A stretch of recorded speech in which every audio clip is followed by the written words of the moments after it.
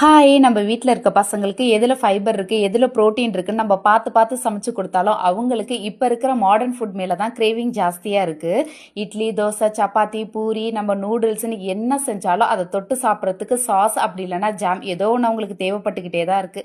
ஜாமெல்லாம் பார்த்தீங்கன்னா ஃப்ரெஷ் ஃப்ரூட்டை வச்சு நான் வீட்டிலேயே செய்வேன். அது எல்லா நாளும் நம்மளால செய்யவே முடியாது. ஆர்டிஃபிஷியல் கலர் இல்லாமல் ப்ரிசர்வேட்டிவ்ஸ் எதுவுமே ஆட் பண்ணாமல் ஒரு ரியல் ஃப்ரூட்டை வச்சு செஞ்ச சாஸ் இல்லை ஜாம் இந்த மாதிரி கிடைச்சா எப்படி இருக்கும் அப்படி தேடும் போது கிடைச்ச ஒரு ப்ராடக்ட் தான் இந்த ரெகி அப்படின்ற ப்ராடக்ட். இது வந்து மலை இழந்த பழம் இருக்கு இல்லையா, அந்த பழத்தோட எக்ஸ்ட்ராக்டை வச்சு நம்மளோட இந்தியன் ஸ்பைசஸ்லாம் ஆட் பண்ணி ஜாம் சாஸ்ன்னு சொல்லிட்டு எல்லா வெரைட்டிலையுமே அவங்க செஞ்சு வச்சிருக்காங்க.